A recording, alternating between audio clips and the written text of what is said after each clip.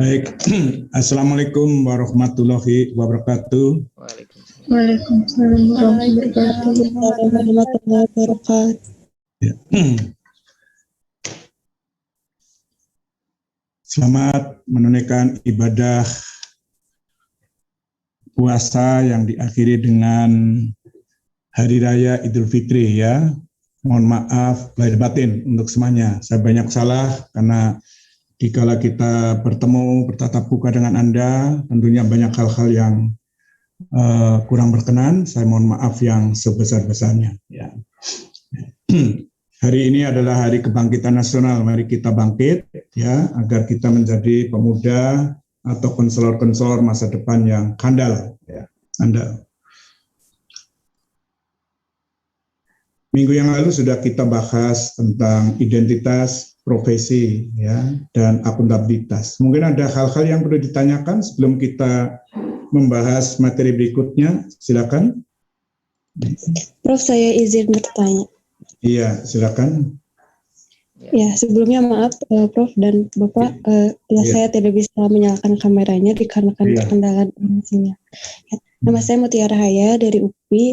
Izin bertanya terkait akuntabilitas seorang profesional. Terkait pertanyaannya, kan jika di sekolah ada pihak yang disebut sebagai pengawas sekolah dan sejenisnya yang mengawasi kinerja tenaga kependidikan, termasuk kinerja guru BK. Kemudian proses bimbingan dan konseling ini yang kita ketahui tidak hanya dilakukan dalam lingkup sekolah saja gitu. Kemudian siapa pihak yang mengawasi dan mengevaluasi kinerja konselor, terutama yang bekerja di luar sekolah agar akuntabilitas dan kinerjanya tetap berjalan dengan baik. Iya. Mungkin itu yang dapat saya tanyakan. Iya. Makasih, bagus pertanyaannya. Sangat bagus, Prof. Yang mengawasi pertama adalah diri kita sendiri, ya, diri kita sendiri. Harus mengawasi apakah kita di dalam melakukan suatu kegiatan profesi konseling melanggar kode etik atau tidak. Atau dengan kata lain, apakah yang kita lakukan bisa dipertanggungjawabkan secara keilmuan. Nih, pertama adalah pertanggungjawaban secara keilmuan. Ilmu apa? Ilmu konseling, ya. Nih, teorinya, tekniknya, keterampilannya dan sebagainya. Itu body of knowledge-nya dari konseling itu sendiri yang digunakan bisa dipertanggungjawabkan atau tidak. Misalnya, Anda melakukan konseling kelompok atau konseling perorangan, apakah bisa dipertanggungjawabkan secara keilmuan? Anda melakukan prosedur secara benar, menggunakan teori yang benar, dan sebagainya. Ini pertama. Yang kedua adalah akuntabilitas pada orang yang dilayani. Apakah apa yang Anda lakukan betul-betul bisa dipertanggungjawabkan sehingga orang yang dilayani merasa percaya kepada Anda. Sebab akuntabilitas terkait dengan kepercayaan. Percaya kepada Anda telah melakukan suatu profesi konseling kepada klien, gitu kan? Ini. Itu. Yang berikutnya adalah pihak yang terkait. Pihak terkait siapa? Ya, kalau klien itu terkait dengan siapa? Bisa orang tua. Kalau kliennya dari lembaga, bisa lembaga dan sebagainya. Ini itu yang terkait bisa orang tua, bisa masyarakat, ya bisa pihak-pihak lain tentunya. Ini sehingga dia percaya bahwa apa yang Anda lakukan betul-betul bisa dipertanggungjawabkan. Artinya bisa memperoleh manfaat. Maka dengan kata lain, konseling yang dilakukan adalah efektif. Bisa memperoleh manfaat bagi orang yang dilayani. Tepat guna, menyasar pada tujuan. Ini pertanggungjawaban. Tentunya kalau ada organisasi profesi, ya tentunya organisasi profesi, apakah organisasi profesi itu juga memantau terhadap Anda melakukan suatu kegiatan konseling itu sendiri. Kalau tidak, tentunya tidak bisa, dia akan mempertanggungjawabkan kepada dia. Gitu kan? Karena Anda sudah praktek yang Anda percaya pada diri sendiri bahwa apa yang Anda lakukan adalah bisa dipertanggungjawabkan secara keilmuan, tinggal apakah bisa dipertanggungjawabkan secara praktis kepada orang yang dilayani. Sehingga dia bisa memperoleh manfaat, bisa terjadi perubahan-perubahan. Artinya dia punya kebutuhan bisa dipenuhi punya keinginan bisa temui, punya permasalahan bisa cepat difasilitasi oleh konselor sehingga masalahnya cepat selesai. Itu Mbak ya. Karena Kormen ini juga mengatakan bahwa salah satu cara agar kepercayaan publik dijunjung tinggi adalah melalui akuntabilitas. Berarti di sini ada unsur kepercayaan. Ya. Karena konselor akan menyampaikan jasa profesionalnya ya kepada pihak lain atau kepada klien yang sangat bernilai atau berharga, bermanfaat, terjangkau, dan efektif. Terjangkau. Ya, kalau Anda buka praktek, misalnya, ini buka praktek, kemudian di situ ada imbalan jasa yang diberikan oleh oleh orang yang menggunakan jasa bisa terjangkau, artinya tidak mahal gitu kan, tidak mahal ya. Ya, nih bisa jadi tidak dibayar pun tidak apa karena terjangkau itu kan. Nih. Atau kalau Anda misalnya hanya imbalan jasanya dengan pisang diberikan atau dengan oleh-oleh itu juga nggak apa-apa, tidak harus dengan uang gitu kan. Karena kita kegiatan profesional ya, bukan kegiatan yang orientasinya kepada kepentingan ekonomis. Nah, tidak. Kalau sudah kepentingan ekonomis berarti Anda akan pasang tarif, kalau tidak mau bayar sekian ya maka tidak bisa. Nih. Jadi dia orientasinya kepada uang. Ini orang Jawa mengatakan orientasinya pada jenang, bukan pada jeneng. Ini ya. Nih. Jadi orang Jawa mengatakan kita jangan cari jenang, cari jeneng dulu. Nah, jangan cari jenang itu berarti makanan yang bersifat material, tetapi lebih baik kita mencari, kita dikenal dulu, terjadi trust dulu, ada kepercayaan, dikenal oleh masyarakat bahwa saya adalah konselor yang handal, yang bisa dipertanggungjawabkan, sehingga dia akan mau datang kepada Anda sebagai konselor karena Anda lah yang bisa memberikan kepada diri saya untuk berubah. Itu misalnya demikian. Itu Mbak.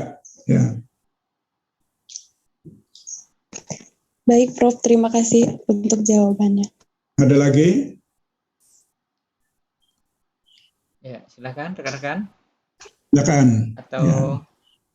Sebentar, Mbak Via Melinda, adakah? Sudah bergabungkah Mbak Via Melinda? Sudah Pak. Oh ya. Silakan, mungkin Silakan. mau bertanya karena saya lihat di Elena itu salah satu topik yang belum terbalas ya. Saya bacakan kalau di Elenanya ya. Nah, bertanya terkait perbedaan yang mempengaruhi proses pemberian dan penerimaan pertolongan pada beberapa hal. Lalu yang saya tanyakan maksud beberapa hal itu meliputi apa saja. Nah, maksudnya boleh silakan ditanyakan langsung kepada Prof. Atau mungkin diperjelas pertanyaannya, silakan Mbak Via.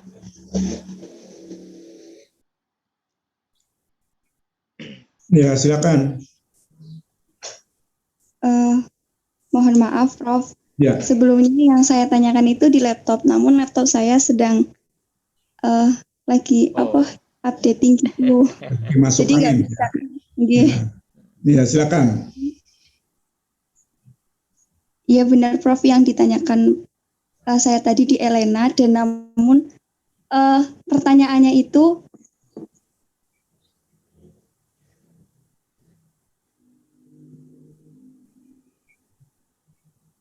ya, pendengaran Mbak.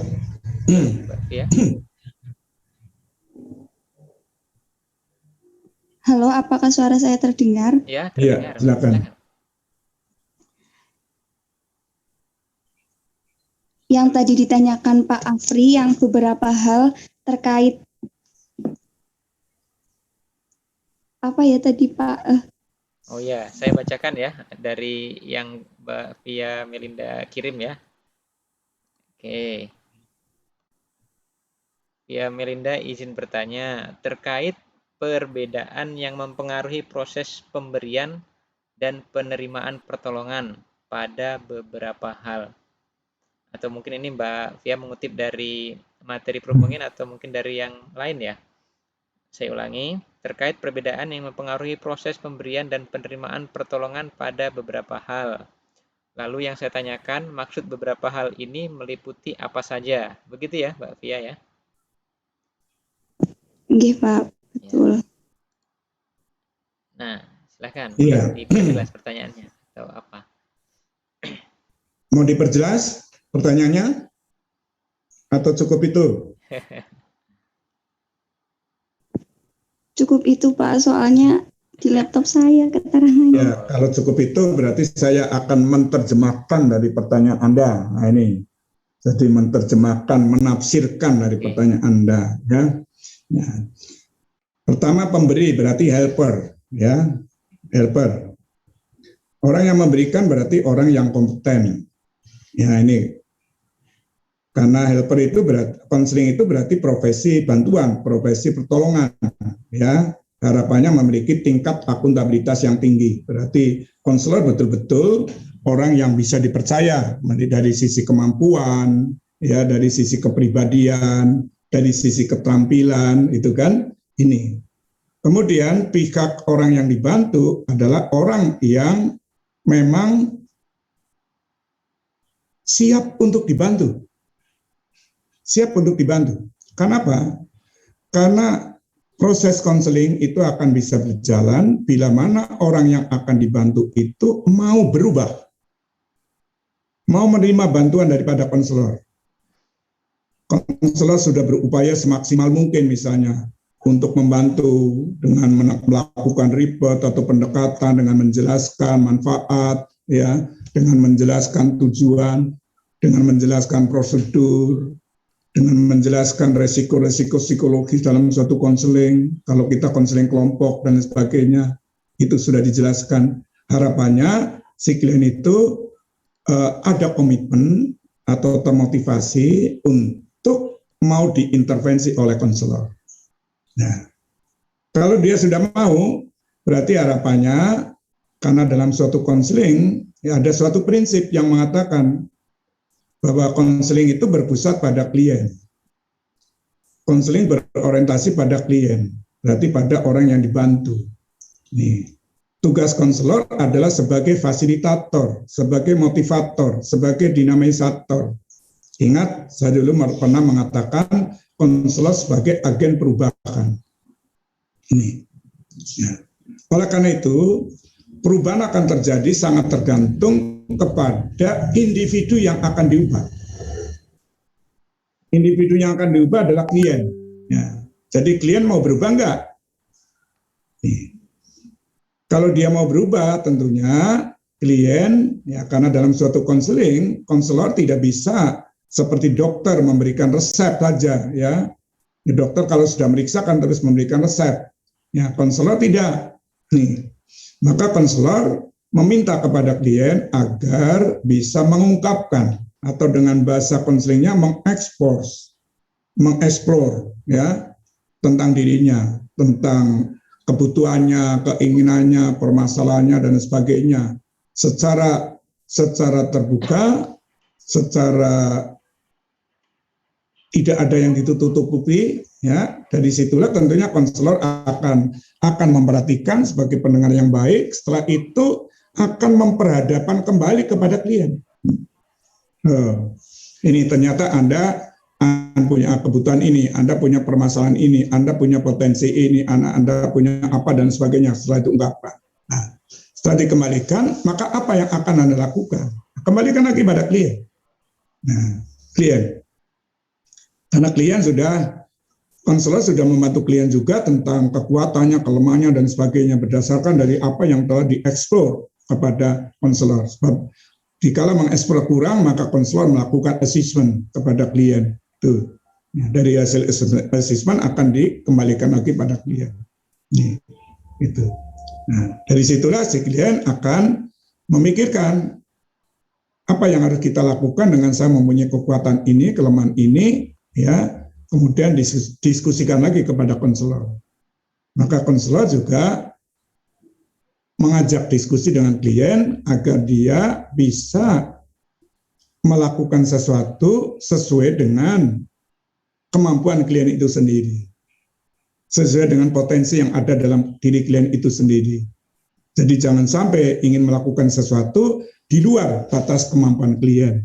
Nanti malah justru menambahkan suatu masalah. Tuh. Jadi banyak hal yang harus diperhatikan.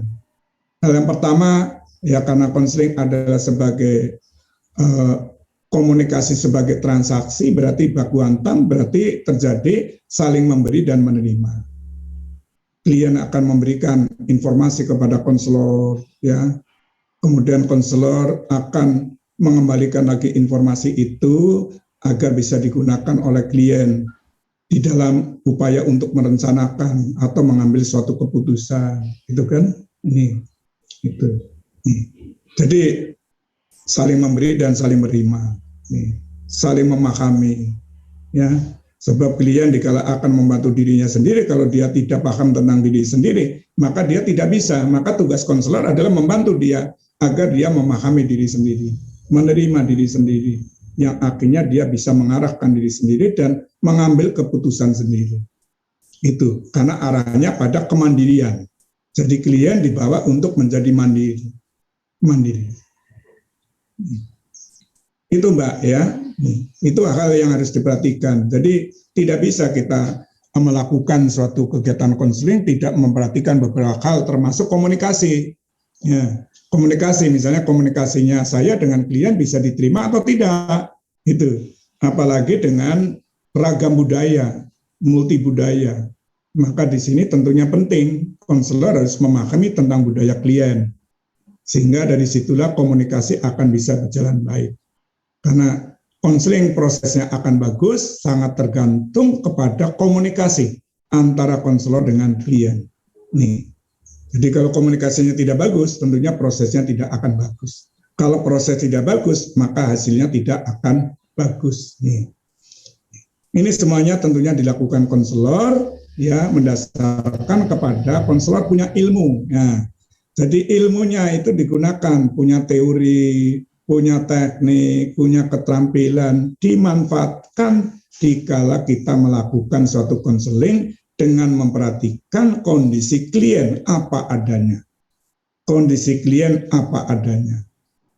Nanti dari situlah maka akan diubah dibawa kemana klien, gitu kan? Dibawa kemana? Nih, dibawa. Maka dari situlah dibawa kemana, dengan cara apa? Nah, konselor. Apakah konseling kelompok, konseling individual, atau konseling klasikal, itu kan? Itu. Dengan teori apa, dengan teknik apa, dengan keterampilan apa. Nah ini konselor. Jadi apa yang dilakukan konselor itu bisa dipertanggungjawabkan secara keilmuan. Nih, ilmunya. Jadi tidak bisa ada konselor yang tidak menguasai ilmu konseling. Ilmu pokoknya atau body of knowledge-nya konselor adalah konseling. Di samping ada ilmu pendidikan, ilmu budaya, ya kan ini, ilmu psikologi, ini sebagai ilmu untuk mendukung terhadap profesi konselor itu sendiri. Nih, kita tidak bisa tidak mempelajari tentang psikologi karena kita berhadapan dengan manusia, maka kita harus paham tentang si klien itu sendiri, tahap perkembangannya apa, tugas perkembangannya apa, dan sebagainya ini. Ini terkait dengan psikologi. Terkait pendidikan, tentunya kita harus tahu, kita tentunya harus mengacu pada ranah normatif, norma-norma. Jadi kita tidak bisa melakukan konseling keluar dari norma-norma yang berlaku. Maka norma itu tentunya penting. Dan di situ dalam pendidikan juga akan terkait dengan pemberdayaan. Kita harus mampu untuk memberdayakan karena si klien itu memiliki potensi yang harus diberdayakan. Dan juga terkait dengan pembudayaan. Nih, budaya. Maka kita akan mengubah dia agar dia menjadi manusia yang berbudaya. Itu kan budaya. Itu Mbak, apa itu yang ditanyakan? Atau lain? Nggih Pak, betul. Ya. Jadi dari sinilah tentunya kalau kita berbicara akuntabilitas, maka semakin meyakinkan bahwa praktek yang dilakukan konselor itu berbasis bukti. Buktinya apa? Nah ini. Jadi kita tidak bisa tidak bisa melakukan sesuatu tanpa bukti. Maka pada waktu akhir suatu konseling, mesti Anda akan melakukan evaluasi untuk melihat perubahan-perubahan perilaku yang terjadi pada klien itu sendiri. Maka tentunya Anda harus melakukan penelitian, ya, meliti apakah yang telah kita lakukan telah berdampak positif atau tidak. Maka konselor harus selalu melakukan penelitian tindakan bimbingan konseling, merenungkan, saya tadi menggunakan teori ini, menggunakan teknik ini, keterampilan yang saya gunakan ini, apakah kira-kira sudah berdampak positif atau tidak, atau efektif atau tidak. Kalau tidak, maka kita tentunya akan menggunakan teori lain, teknik lain, keterampilan lain. Ini tentunya, sehingga konseling betul-betul akan menjadi efektif. Maka dengan kata lain, konselor harus melakukan suatu kegiatan konseling berbasis bukti. Nanti ada tagihan, siapa yang nagih? Sebab akuntabilitas terkait dengan tagihan dari ilmunya, tagihan dari kliennya, tagihan dari kalau sekolah, kepala sekolah atau guru, atau mungkin juga orang tua atau masyarakat nagih. Ya, apakah yang telah dilakukan oleh konselor itu telah menghasilkan suatu bukti. Buktinya apa? Perubahan perilaku. Buktinya apa? Tujuan tercapai. Sehingga kehidupan kesehariannya menjadi efektif, mendasarkan pada norma-norma yang berlaku. Itu ya. Ada lagi sebelum kita lanjutkan, ya.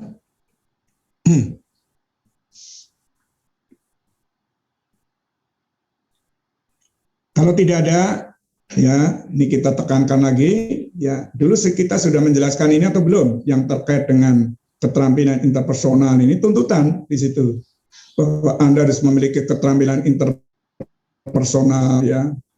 Kemudian juga sudah kita bicarakan Anda harus memiliki kepercayaan dan sikap pribadi, percaya pada diri sendiri, percaya pada orang lain, sikap pribadinya juga harus bagus ini.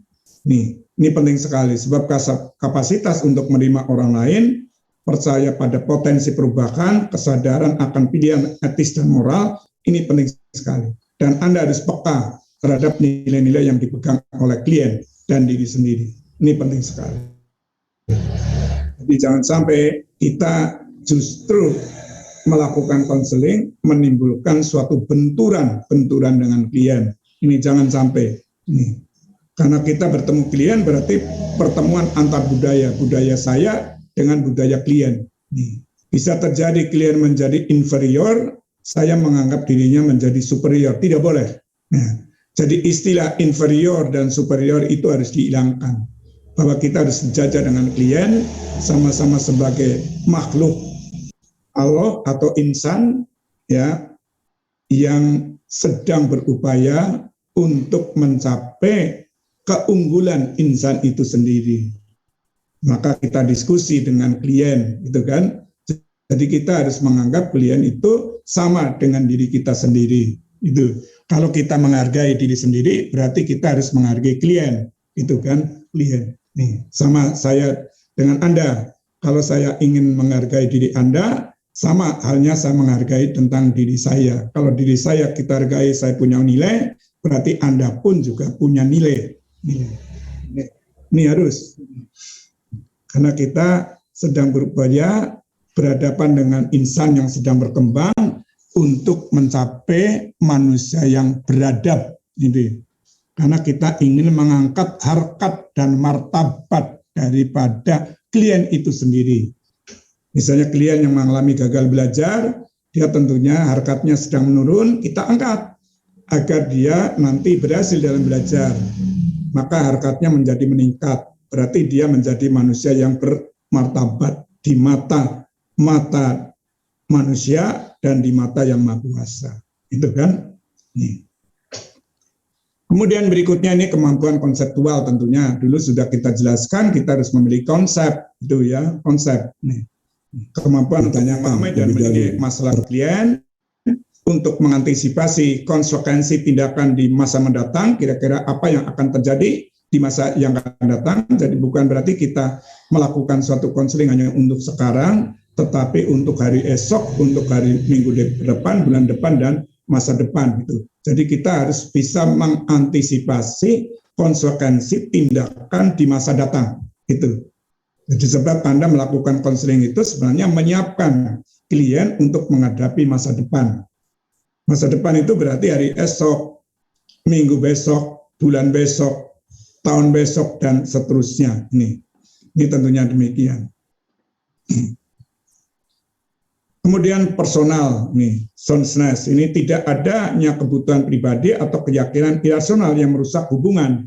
Jadi kita harus berhubungan dengan klien itu harus menggunakan keyakinan yang rasional, bukan irasional, karena akan merusak hubungan antara saya dengan klien, hubungan konseling. Jadi kita harus berpikir positif.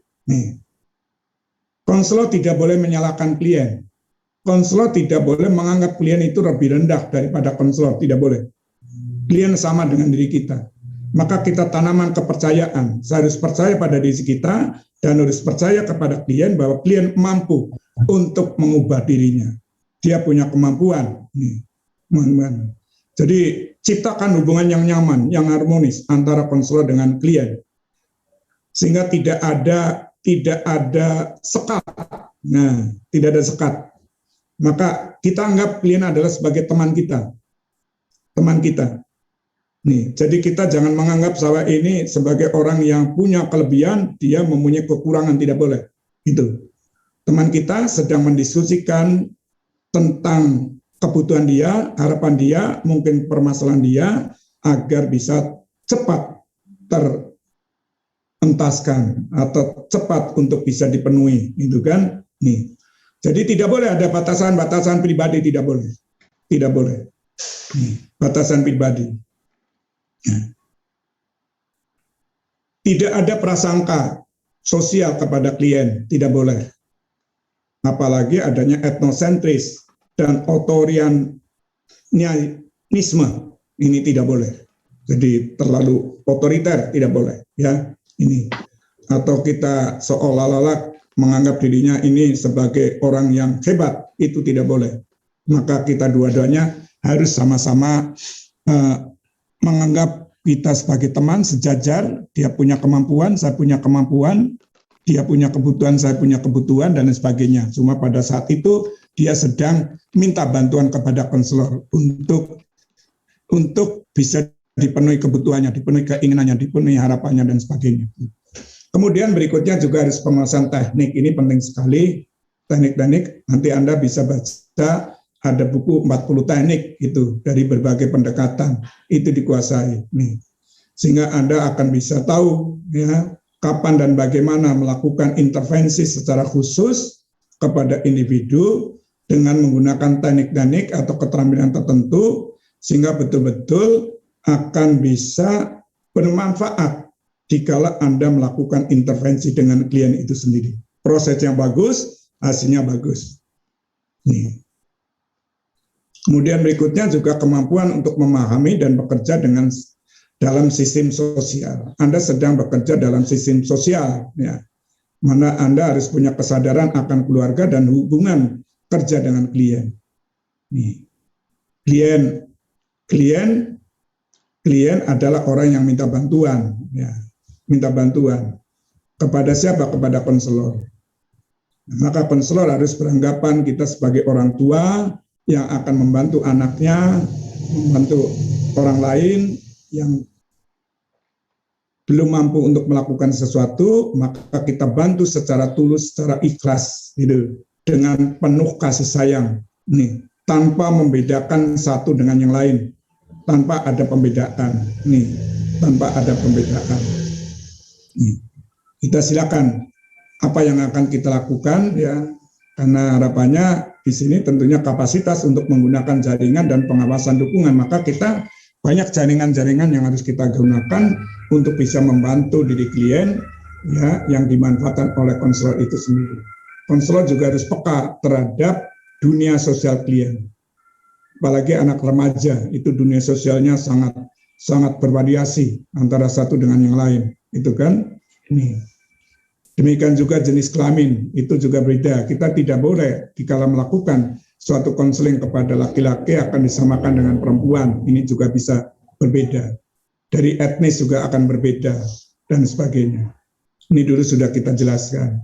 Demikian juga keterbukaan untuk belajar dan pendidikan. Kita harus terbuka untuk belajar terus, melakukan penelitian terus, agar kita bisa memperoleh ilmu yang kuat, pengetahuannya kuat, keterampilannya kuat, dan kita berdasarkan penelitian, ya tentunya akan melihat suatu realita, kenyataan yang di lapangan, sehingga akan memadukan antara teori dengan kondisi lapangan secara baik. Ini penting sekali.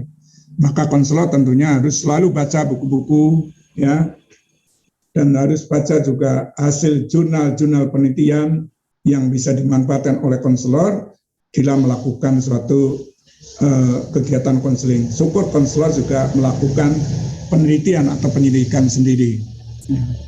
Tidak hanya mengambil dari hasil penelitian orang lain. Nah, kemudian yang berikutnya, konselor sebagai penolong profesional. Nah, tentunya Anda nanti dilatih, harus melalui latihan untuk mengembangkan sejumlah kemampuan yang sifatnya umum nanti kepada hal yang khusus.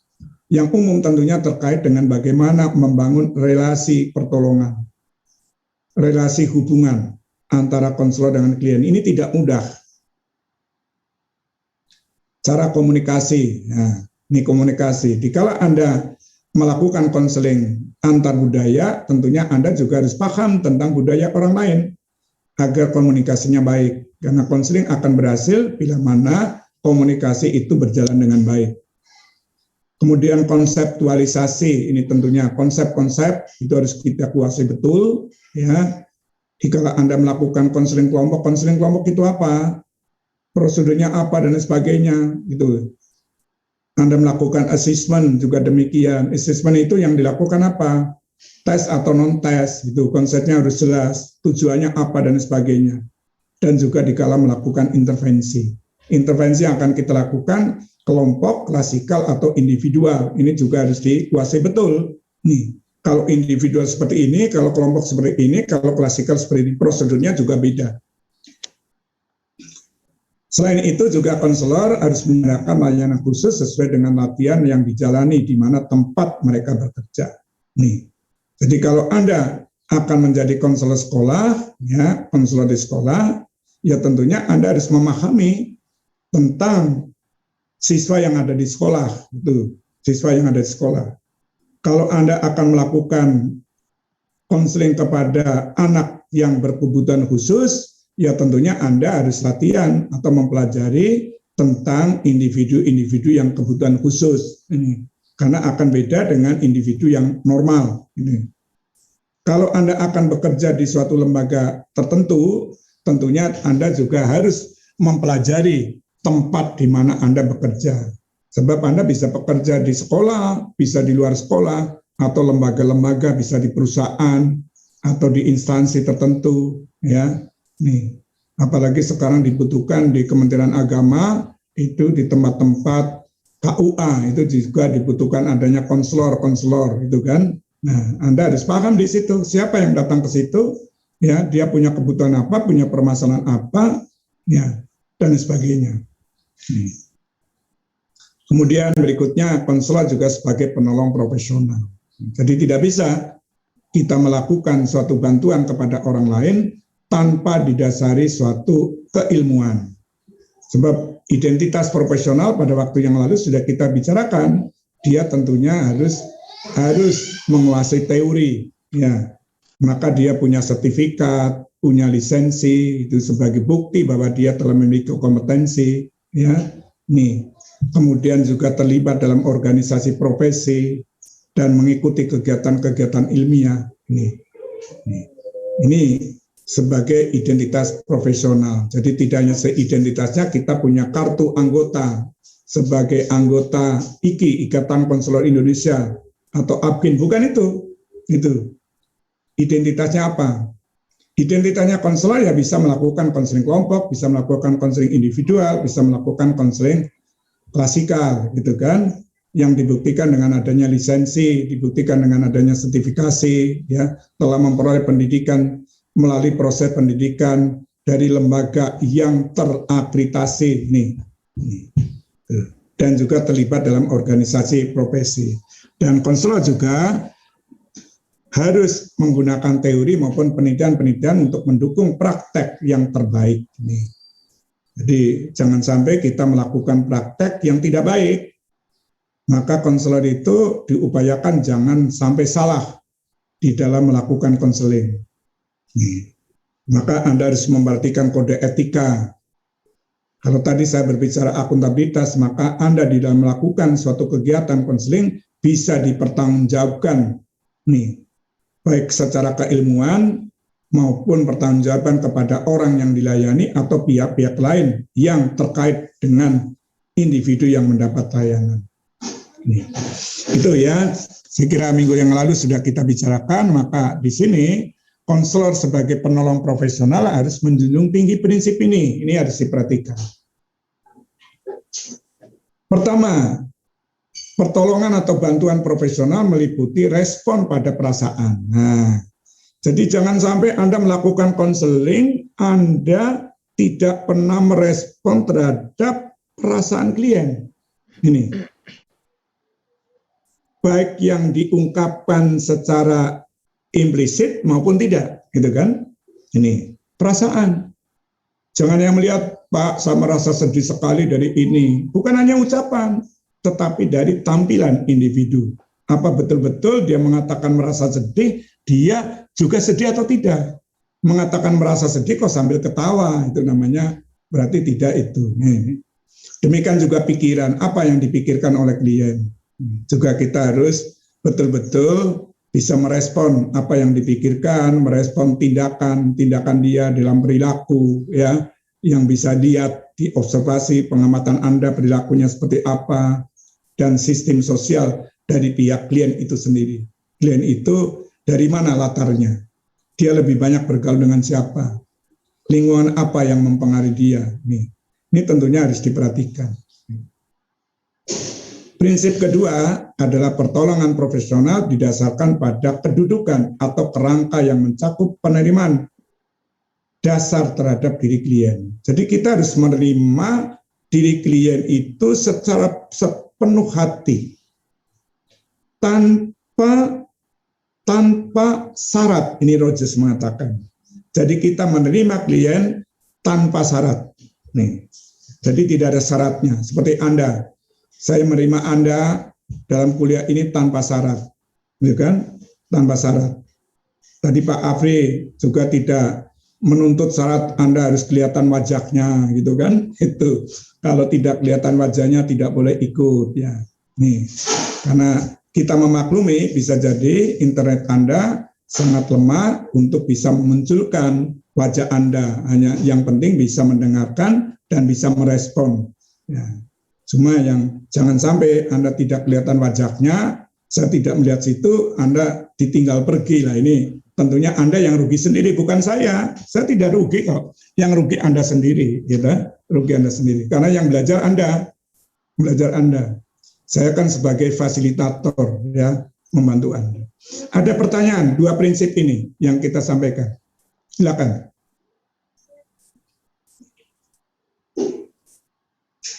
Silakan. Ada pertanyaan atau tanggapan? Ya, kita baru menjelaskan dua prinsip. Kalau tadi ada pemulasan yang lalu, karena tadi ada pertanyaan-pertanyaan.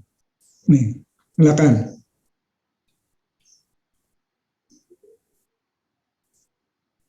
Oke, kalau tidak ada prinsip yang ketiga. Pertolongan profesional ditandai dengan adanya kerahasiaan dan privasi. Nah, ini penting sekali. Jadi Anda dikala bertemu dengan klien, ya, tentunya klien ingin apa yang akan diungkapkan harus dirahasiakan oleh konselor. Karena bersifat pribadi. Maka asas kerahasiaan betul-betul harus diwujudkan. Di samping asas kerahasiaan juga ada asas kesukarelaan. Jadi tidak boleh dipaksa. Kalau Anda memaksa klien untuk dikonseling, tentunya tidak akan bisa mengungkapkan informasi-informasi yang sebenarnya karena dipaksa. Nih, jadi ada asas kerahasiaan, ini menjadi suatu hal yang sangat penting. Ada asas kesukarelaan. Kalau dua kali ini sudah terpenuhi, maka akan dipenuhinya asasnya. Ini akan terwujud. Kalau itu sudah terbuka, maka akan terpenuhi asas kedinamisan. Maka dinamis akan bergerak maju. Nih akan terwujud di situ. Nih terwujud. Sampai 12 asas itu akan bisa dipenuhi. Yang terakhir adalah asas tutwuri handayani. Ini akan terpenuhi. Ini penting sekali. Kembali lagi pada asas ketiga. Ditandai adanya asas kerahasiaan. Maka tentunya di sini harus ada komitmen dari konselor bahwa konselor akan menjaga rahasia klien. Ini kalau konseling individual mudah, ya. Tetapi kalau konseling kelompok, maka konselor itu juga harus bisa mewujudkan agar anggota kelompok juga merahasiakan kelompok lain. Nah ini lebih berat daripada konseling individual. Nih. Konselor mungkin sudah bisa merahasiakan, tetapi belum tentu anggota kelompok lain bisa merahasiakan tentang anggota lain dikala dia mengungkapkan, mengeksplor segala perasaan, pikiran yang menurut dia adalah rahasia. Maka konseling kelompok tentunya oleh guru BK yang ada di sekolah jarang dilakukan. Jarang dilakukan, seharusnya banyak dilakukan karena itu lebih praktis, lebih efisien. Dalam waktu yang singkat kita bisa menangani beberapa orang individu. Nih, tapi kalau konseling individual ada 7 orang. Kalau setiap pertemuan 90 menit kita melakukan 3 kali pertemuan, maka 7 kali 3 kali 90 menit. Berapa jam itu? Tetapi kalau konseling kelompok kita menggunakan 90 menit 3 kali pertemuan, sudah bisa menggarap 7 orang itu semuanya. Gitu. Ini hebatnya. Jadi tren ke depan adalah tren konseling kelompok. Namun demikian tadi saya katakan jarang dilakukan karena konselor atau guru BK tentunya belum percaya pada dirinya atau belum mampu untuk menciptakan agar semua anggota kelompok bisa saling menyimpan rahasia satu dengan yang lain. Dirinya sendiri untuk menyimpan rahasia kadang-kala juga sulit kok, apalagi meminta kepada anggota kelompok yang lain. Karena tidak semua konselor itu mampu untuk menyimpan rahasia. Padahal itu dalam kode etik diatur.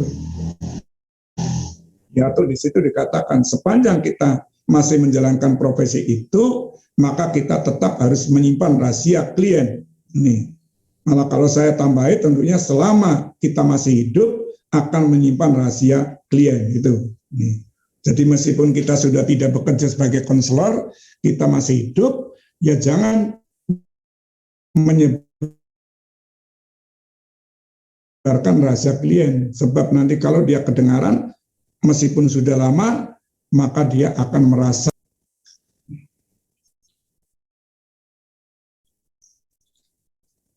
maka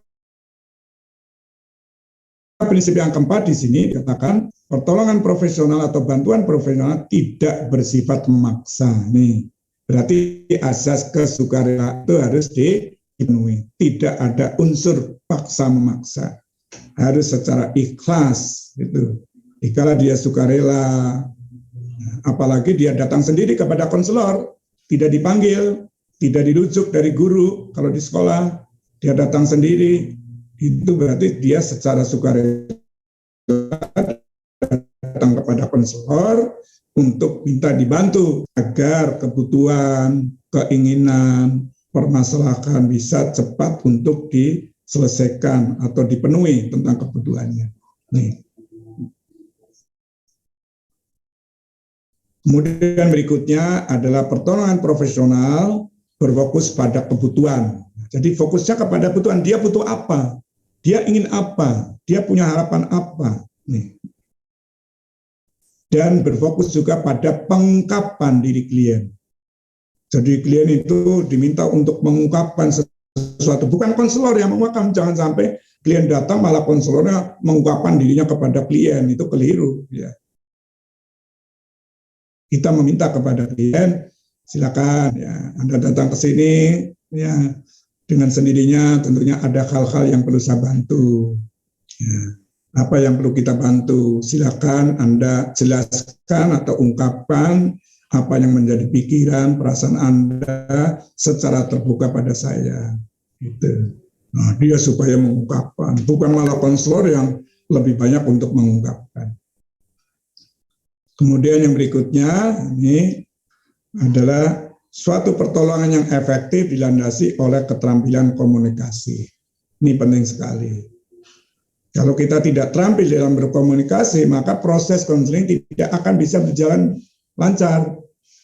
Maka hasilnya tidak juga baik. Nah, kemudian terakhir di sini menurut tadi adalah pertolongan profesional adalah suatu pengalaman multikultural.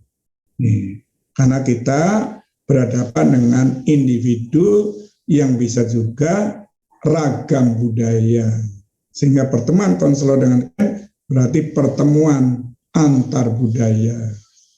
Budaya konselor dengan budaya klien. Maka kita harus menyadari tentang budaya klien. Setelah menyadari, maka kita harus berupaya untuk memahami budaya klien. Setelah memahami, maka kita harus berupaya untuk terampil menggunakan budaya itu dalam komunikasi dengan klien. Itulah prinsip-prinsip ya yang harus diperhatikan oleh konselor profesional sebagai helper. Nah, ada pertanyaan sampai di sini?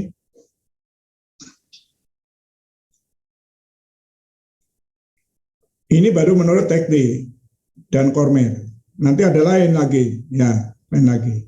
Tapi paling tidak dari ini saya kira sudah bagus sekali, ya, bagus, sudah bisa untuk membekali Anda sebagai konselor. Nanti kalau Anda sudah S2, S3 akan saya tambah lagi ilmu tentang ini, ya. Ini kita ambil dari ini aja dulu, ya.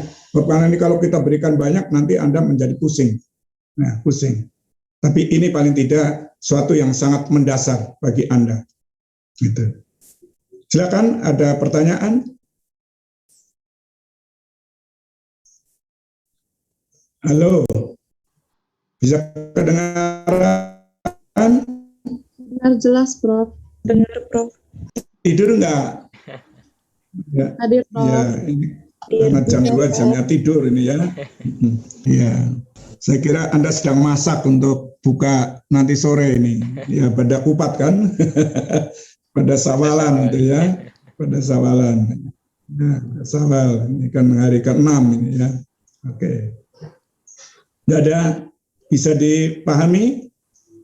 Bisa, Ya. Prof. Ingat loh ya, ini nanti Anda harus membuat ringkasan juga, harus dipahami ya. Ya, pahami. Ya.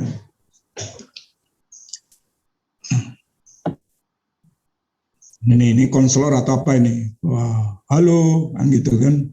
Nih, ya. Baik, sekarang kita lanjutkan. Kita akan berbicara profesi konselor ya. Nih, karena kita profesi itu merupakan pekerjaan atau karir yang bersifat pelayanan bantuan keahlian. Jadi Anda akan menjadi konselor, berarti Anda menjalankan suatu pekerjaan atau suatu karir yang bersifat pelayanan bantuan yang mendasarkan kepada keahlian. Keahlian. Ahli. Anda sedang dibekali agar Anda menjadi orang ahli dari sisi teori, dari sisi praktek. Kalau kita melihat dari kompetensi pedagogik, kepribadian, profesional, dan sosial, gitu ya. Kalau kita melihat dari 3 ranah kognitif, ranah afektif, dan ranah psikomotorik, gitu kan. Anda sedang dibekali itu. Dengan tingkat ketepatan tinggi, nih, tepat. Jadi menyasar kepada tujuan, nih.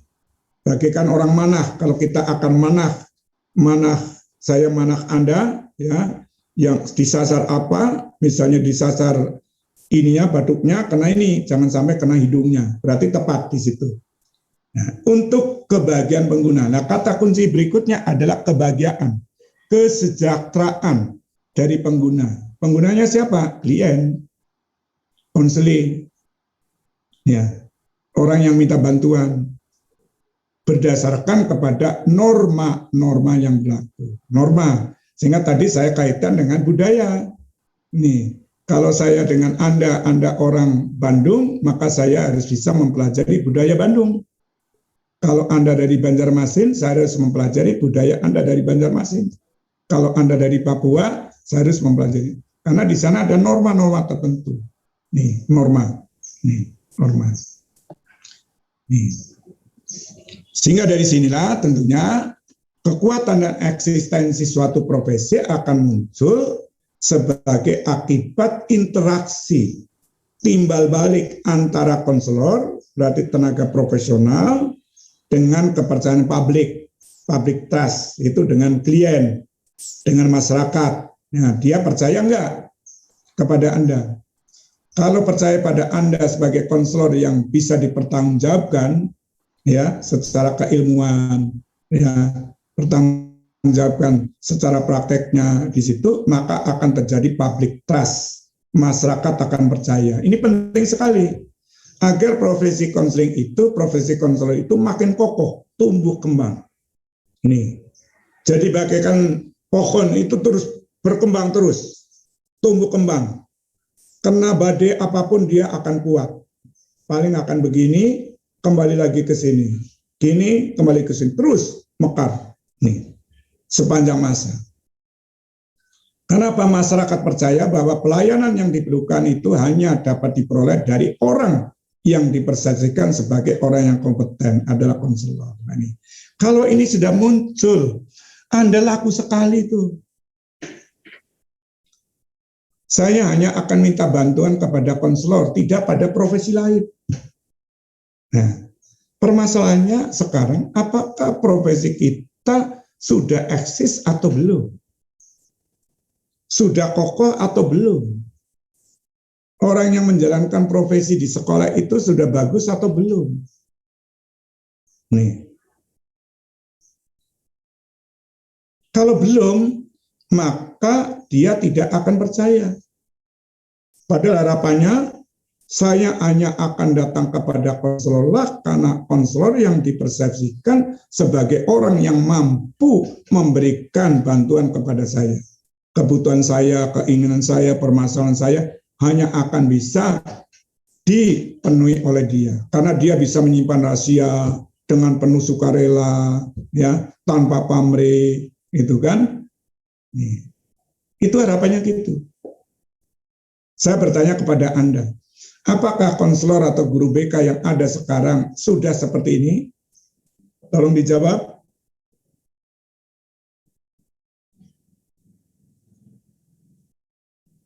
Sudah atau belum? Halo, Anda pada waktu di SMA, di SMK, madrasah, apakah Anda sudah melihat bahwa konselor itu sudah seperti ini? Halo. Ya sudah, Bapak. Sudah. Tunjukkan kalau Anda sudah mengatakan sudah. Buktinya apa? Buktinya apa? Yo, Mbak Elin, ya, buktinya apa, Mbak Elin? Mulai, ya. Masih di mute, unmute, tolong dibuka.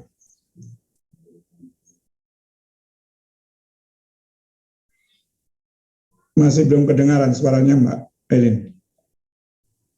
Tes. Ya, ya, oke. Mungkin dibuktikannya dari pelayanannya, Bapak. Pelayanannya sangat membantu khususnya kalau yang saya rasakan itu dalam hal karir ya Pak ya. Yang saya rasakan itu ketika kelas 3 SMA, di mana kami kelas 12 saat itu sedang memerlukan guru BK untuk membantu menyelesaikan permasalahan karir. Nah, yang saya rasakan itu guru BK di SMA saya itu sangat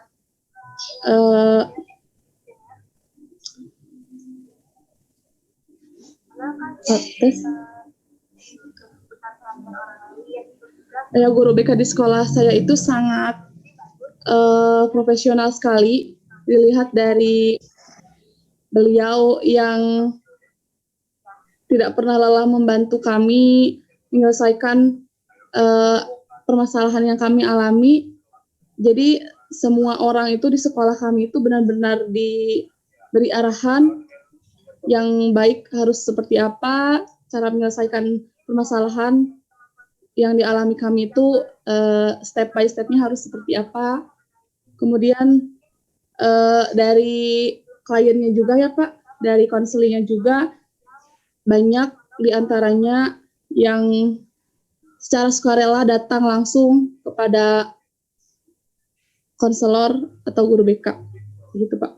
Ya, alhamdulillah kalau sudah terjadi itu. Di sekolah mana, Mbak? Di sekolah mana? Di SMA Negeri 1 Majalengka. Majalengka, oke, ya. Oke, itu yang kita harapkan harus terjadi itu ya, terjadi trust ya, trust dari orang yang dilayani dan trust dari pihak-pihak yang terkait, ini harapannya itu. Nah, Anda sekarang tentunya sudah memikirkan pada diri Anda, nanti kalau Anda ingin jadi konselor, ya ini tunjukkan. Ya, sebab kekuatan dan eksistensi profesi itu muncul akibat interaksi.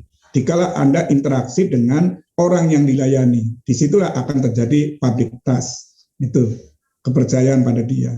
Ya. Jadi betul-betul Anda membuktikan, ya tadi dikatakan tentunya kinerja berbasis bukti. Nih buktinya adalah seperti ini, bisa diwujudkan, itu diwujudkan. Ya. Sebab public trust akan mempengaruhi konsep profesi dan memungkinkan anggota profesi berfungsi dengan cara-cara profesional. Nih. Jadi kalau gitu sudah terjadi public trust, berarti profesi konseling atau profesi konselor itu betul-betul hebat. Hebat. Nih, hebat. Nih. Sehingga dari situlah memungkinkan para anggota profesi, misalnya Anda masuk dalam IKI, Ikatan Konseling Indonesia, atau masuk dalam APGIN, atau masuk dalam IBKS, atau masuk dalam MGPK, di situ betul-betul akan menjalankan suatu profesi secara baik. Jadi fungsi-fungsinya akan diwujudkan dengan cara-cara profesional. Nih. Jadi Anda akan memungsikan dirinya secara profesional. Nih. Dikala kita berbicara fungsi, maka akan berbicara tentang peranan. Akan berbicara tentang harapan. Ini tentunya kaitannya dengan status. Statusnya adalah sebagai konselor. Nah, berfungsi untuk membantu individu yang sedang berkembang, tumbuh kembang. Itu kan? Nih, agar dia bisa mencapai perkembangan optimal, kemandirian, kebahagiaan, dan sebagainya. Dengan cara-cara apa? Cara-cara profesional, itu kan?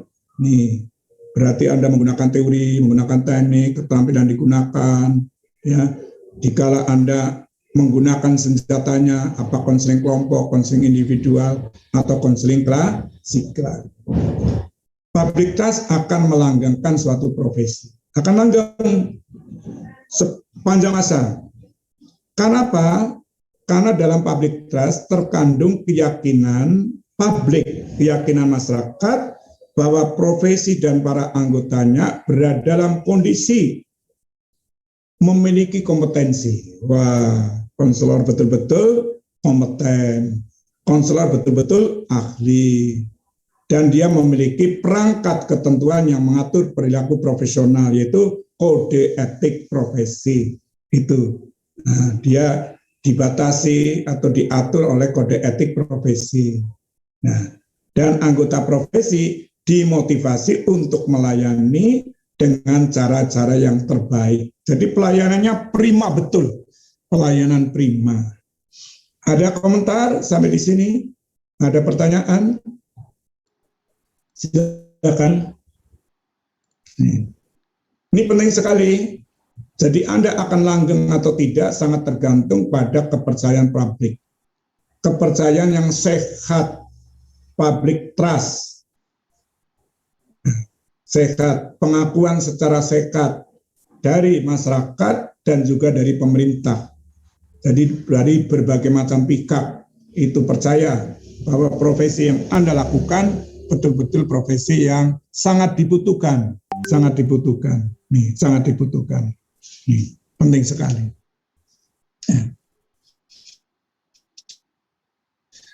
Maka dari situlah konselor harus memiliki kompetensi dan keahlian. Anda dibekali bagaimana melakukan konseling kelompok, bagaimana melakukan konseling individual, bagaimana melakukan asesmen, bagaimana melakukan kegiatan-kegiatan lain. Ini dibekali. Jadi Anda betul-betul ahli. Nih, yang disiapkan melalui apa? Melalui pendidikan khusus. Anda sekarang sedang disiapkan melalui pendidikan khusus, itu program studi bimbingan konseling.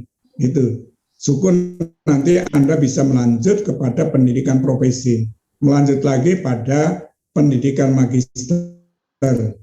Lanjut lagi pada dokter. Jadi disiapkan melalui pendidikan dan pelatihan khusus, yaitu khusus untuk menjadi konselor dalam standar kecakapan yang tinggi. Nih, tadi waktu kita mengajar pada mahasiswa pendidikan profesi di sebutan-sebutan konselor, ya. Tadi ada lontaran sebutan konselor di adiksi, konselor di keluarga berencana, konselor itu. Ya. Apakah ini sama dengan konselor yang kita maksud? Tidak. Tidak. Karena di sini konselor yang kita maksud itu tentunya harus melalui proses pendidikan dan pelatihan khusus yang ada di lembaga pendidikan tinggi. Nah, seperti Anda di sini yang memerlukan waktu cukup lama. Cukup lama berapa? Anda paling tidak 4 tahun. Syukur ditambah dengan pendidikan profesi 1 tahun. Cukup lama untuk menjadi konselor. Nih. Jadi betul-betul nanti Anda bisa memiliki kecakapan yang tinggi, cakap, terampil, gitu kan? Nih, terampil sehingga bisa melaksanakan suatu profesi konseling ya yang bisa dipertanggungjawabkan. Tadi kata akuntabilitas ini harus terus ada dalam pikiran aja. Akuntabilitas. Dikala kita berbicara akuntabilitas berarti apa yang kita lakukan bisa dipertanggungjawabkan pertama dari sisi keilmuan. Nah, ilmu. Jadi kita tidak menyimpang dari ilmu sehingga dikala kita diskusi tentang apa karena ada ilmunya. Nih, ilmu yang akan dipraktekkan dikala Anda menjalankan praktek konseling. Kemudian berikutnya akuntabilitas pada siapa? Kepada orang yang dilayani. Orang dilayani merasa senang, ya ini karena apa yang dilakukan oleh konselor betul-betul bisa mengubah diri saya menjadi berubah menjadi lebih baik, itu kan? Menjadi lebih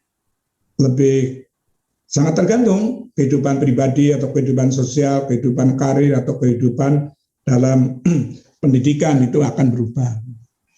Kompetensi itu dikembangkan melalui pendidikan formal. Nah, jadi tidak bisa ada kompetensi dikembangkan tanpa melalui pendidikan formal. Nih, atau pendidikan khusus sebelum Anda melakukan praktek. Nah, Anda di S1 dibekali teori, bisa juga teorinya 50%, 50% praktek, sehingga nanti kalau Anda tidak melanjutkan S2, S3 atau pendidikan profesi, masih ada kesempatan untuk menjadi guru BK, Anda sudah punya ilmu dan sudah punya keterampilan untuk praktek konseling individual, konseling kelompok, konseling klasikal, ya, kemudian terkait dengan apalagi asesmen, Anda juga menguasai asesmennya, gitu kan? Nih, tenaga profesional atau konselor dipersyaratkan untuk menunjukkan kemampuan yang dibuktikan melalui uji kompetensi. Jadi nanti pada waktu akhir Anda akan diuji kompetensinya. Anda kompeten atau tidak? Kalau Anda kompeten, berarti Anda akan dianggap lulus. Dan ini dilakukan secara periodik.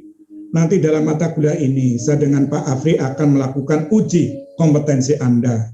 Apakah Anda telah menguasai materi-materi terkait dengan pengembangan profesi konselor. Nanti ada mata kuliah lain juga demikian.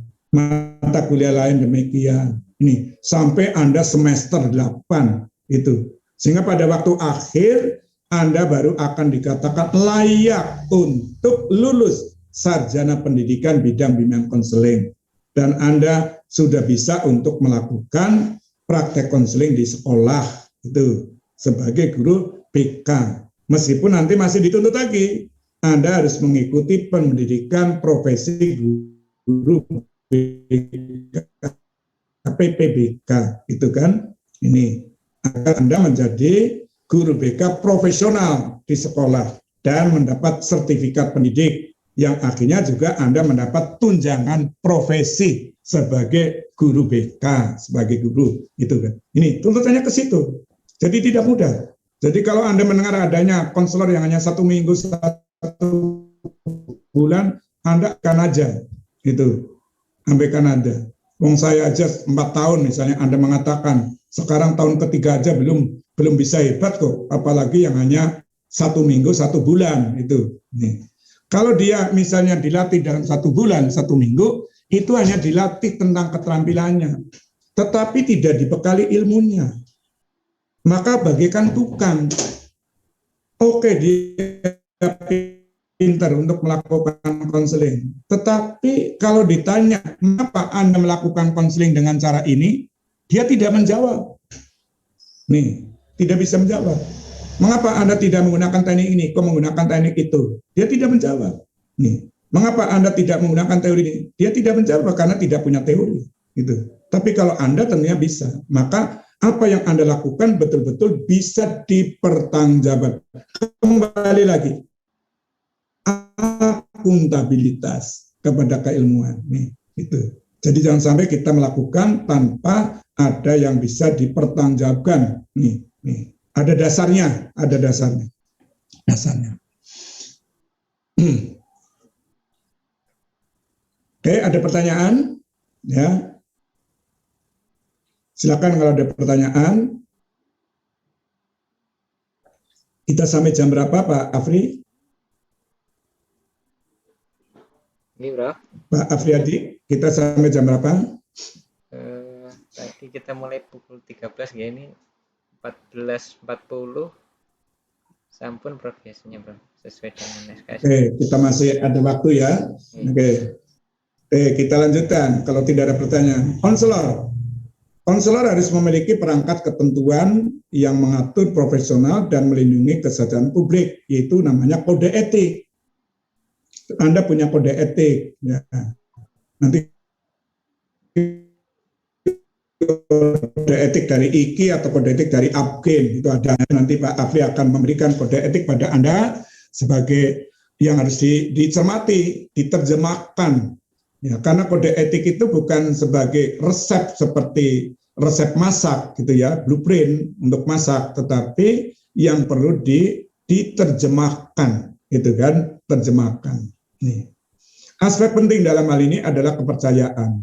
Artinya kodifikasi perilaku profesional sebagai aturan yang mengandung nilai-nilai keadilan dan kaidah-kaidah perilaku profesional yang tidak semata-mata melindungi anggota profesi, tetapi melindungi kesejahteraan publik. Berarti kesejahteraan orang yang dilayani. Nih, jadi bukan hanya melindungi saya sebagai anggota profesi dengan adanya kode etik, tetapi juga melindungi Anda supaya Anda tidak mendapat perlakuan-perlakuan ya dari konselor yang bisa merugikan Anda sebagai klien misalnya. Nih, ini adanya kode etik. Jadi kode etik berarti sesuatu yang boleh ada sesuatu yang boleh dilakukan dan ada yang tidak boleh dilakukan. Maka kita harus menegakkan kode etik itu sendiri. Kita tegakkan kode etik agar tegak. Artinya, dikala kita melakukan suatu kegiatan profesi konseling, karena sebagai konselor harus mengikuti aturan-aturan yang tertuang dalam kode etik profesi itu sendiri. Sehingga konselor tidak akan membuat kesalahan. Karena konselor tidak boleh salah. Nih. Nah, terus kalau saya salah gimana? Ya, kita perbaiki agar kita menjadi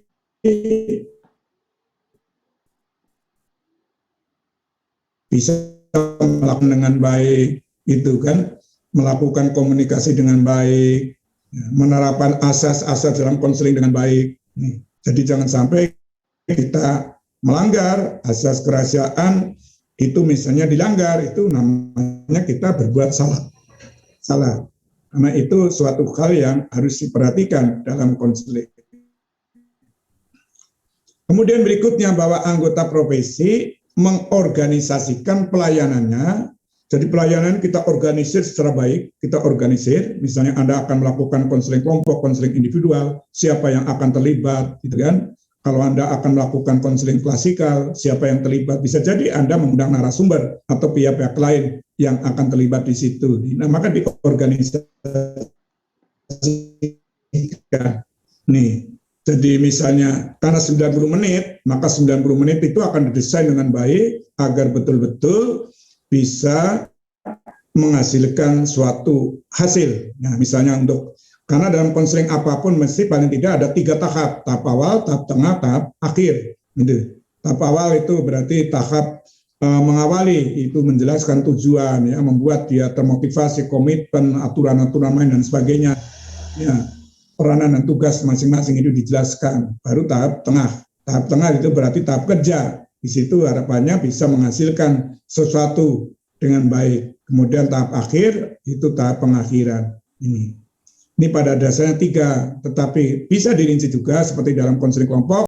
Tahap awal itu menjadi 2. Tahap awal, tahap pembentukan, ya, tahap permulaan, dan tahap transisi itu tahap awal. Baru tahap kerja, tahap tengah, itu kemudian tahap akhir. Itu berarti ada menjadi 4. Karena yang awal itu ada 2, itu kan.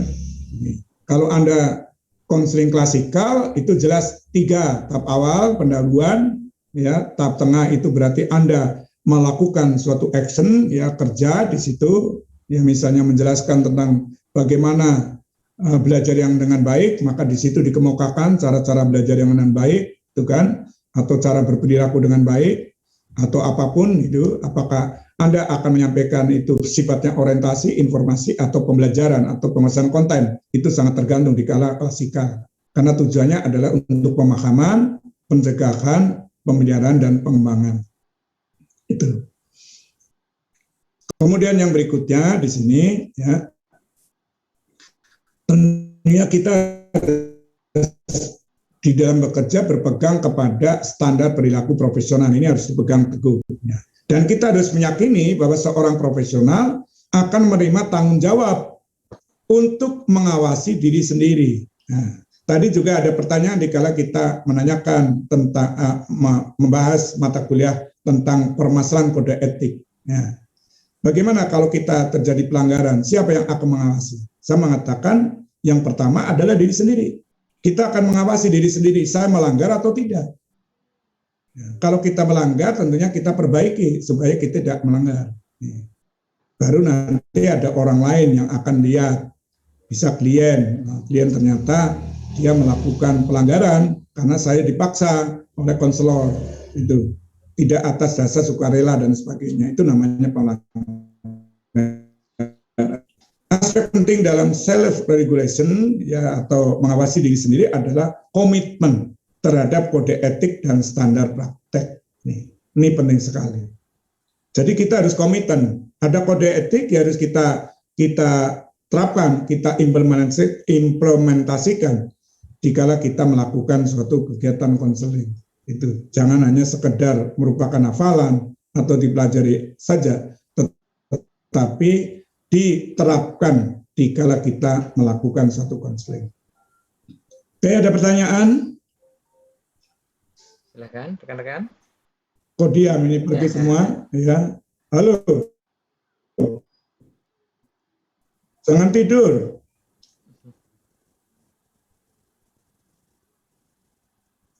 Tidak yang bertanya, ya.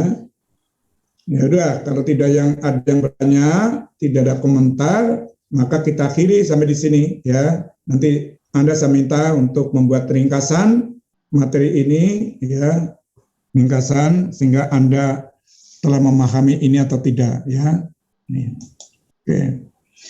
Gitu saya kira Pak Afri, dari saya cukup, monggo diteruskan Pak Afri. Ya, wassalamualaikum warahmatullahi wabarakatuh. Waalaikumsalam warahmatullahi wabarakatuh. Waalaikumsalam warahmatullahi wabarakatuh. Oke, matur nuwun Prof. Mungin, luar biasa sekali, sangat padat. Nah, kalau bahasa anak mudanya ini materinya tadi daging semua, penuh semua ya dengan protein ya, untuk membuat kita semakin kuat ya, semakin oke dengan hari ini kebangkitan nasional membuat semakin bangkit untuk bersiap menjadi konselor profesional. Dan alhamdulillah ini tadi beberapa materi yang disampaikan Prof. Mungkin ini menjawab ya sekaligus dari beberapa pertanyaan di forum diskusi di Elena. Salah satunya saya ingat itu dari pertanyaan Mas Satria Rianto ya yang belum terjawab oleh rekan-rekan di forum diskusi itu. Salah satu pertanyaannya, apa yang menurut Anda penting sebagai seorang konselor? Ternyata di slide terakhir Prof. Mungin ini dibahas gitu ya, apa yang penting bagi seorang konselor. Ya, salah satunya tadi ya, ada kodifikasi perilaku profesional gitu ya. Kemudian ada anggota profesi mengorganisasikan pelayanannya dan bekerja dengan berpegang pada standar perilaku. Nah, ada kode etiknya. Kemudian seorang profesional menerima tanggung jawab mengawasi dirinya sendiri. Nah, dan yang terakhir tadi disampaikan oleh Prof. Mungin adalah aspek self regulation. Nah, ini oke. Jadi kiranya tuntas ya untuk pertanyaan di forum Elena itu. Nah, rekan-rekan sekalian juga ya apapun lah kondisinya Anda di tempat masing-masing gitu ya. Nah, saya pikir ya ini menjadi refleksi, menjadi pembelajaran bersama bahwa tadi ada public trust, ada akuntabilitas begitu ya. Dan ini saya pikir dimulai dari sekarang begitu ya, Prof. Tidak besok, tidak lusa gitu ya, tapi sekarang sebagai mahasiswa. Nah, contoh tadi public trust yaitu tentu akan dilatihkan dari sejak dini, sejak sekarang. Anda mengikuti berbagai mata kuliah yang itu merupakan bagian dari profesionalisasi ya. Anda untuk mengasah kemampuan keterampilan dan kami akan melihat bagaimana Anda kesiapan dan juga sampai sebatas mana kompetensinya nanti di dalam mata kuliah ini begitu ya, melalui uji kompetensi begitu ya, apakah kalau di mata kuliah ada UTS, ada UAS dan seterusnya. Nah, lebih dari itu saya pikir Anda bisa mengasah dalam kehidupan sehari-hari. Tadi salah satunya Prof mungkin menjelaskan adalah di menyadari bahwa ada peran lingkungan, ada sosial, isu-isu sosial begitu ya. Nah, ini dari lingkungan sosial. Terus kemudian saya kaitkan juga dengan public trust tadi. Nah, selain di mata kuliah dengan dosen Anda, saya pikir Anda bisa mengasahnya juga adalah di Anda berlatih di organisasi ya yang aktif ya, di organisasi begitu ya. Anda berorganisasi, menyelenggarakan event, membuat program-program begitu ya. Tentu semuanya itu adalah latihan ya. Sejak sekarang, bukan besok, bukan lusa, tapi sejak sekarang. Nah, jadi tadi secara akademik iya, non akademik dari organisasi Anda juga berlatih untuk public trust ini. Baik, mudah-mudahan di materi ini tadi yang kayak ini tadi bisa terekam semuanya, bisa nanti saya recordnya saya sampaikan juga di Elena. Nah, mudah-mudahan menjadi pembelajaran yang bisa Anda ulang-ulang karena belajar kan katanya begitu ya, harus diulang-ulang terus gitu ya. Bacalah ya, ikro gitu ya. Baik, terima kasih Prof sekali lagi dan rekan-rekan sekalian yang masih bersama di via Zoom ini. Kita berjumpa minggu depan. Mudah-mudahan sehat walafiat semuanya, sehat-sehat semuanya. Jaga prokes. Baik, saya akhiri bila taufik wal hidayah. Assalamualaikum warahmatullahi wabarakatuh. Waalaikumsalam warahmatullahi